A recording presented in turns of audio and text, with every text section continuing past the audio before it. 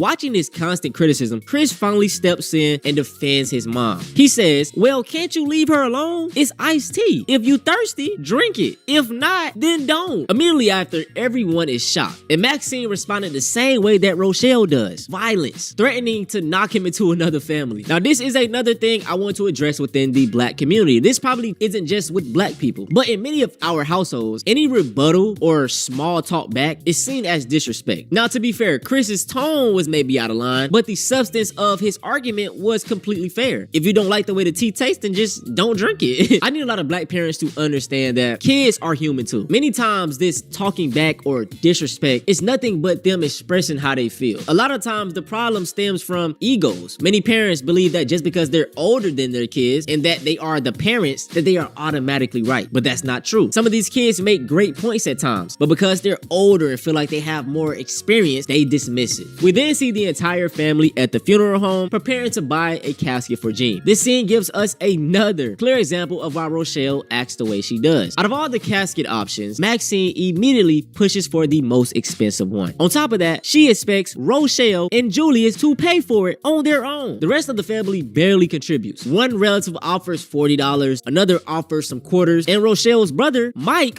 who in my opinion should be carrying most of the financial load, donates a measly, worthless baseball card. And then when Rochelle explains that her and Julius can't afford it, Maxine immediately catches an attitude and responds, why not? You always bragging about your husband having 2 jobs. Maxine then storms off and guilt trips Rochelle for not buying the expensive casket. As she leaves, the whole family follows her, and her big brother Mike makes a snarky comment stating, you wrong for that. What is she wrong for, Mike? Not using her entire family's money to pay for a overpriced casket that isn't going to add any value? Why don't you pay for it? Oh, I forgot, you don't have a job. This scene highlights another dynamic that I believe shaped Rochelle growing up. In some black households, daughters are often treated very differently from the boys and the males. The girls face harsher discipline, stricter expectations, less freedom, more responsibility, while the boys are babied, favored, and held to lesser standards. My son been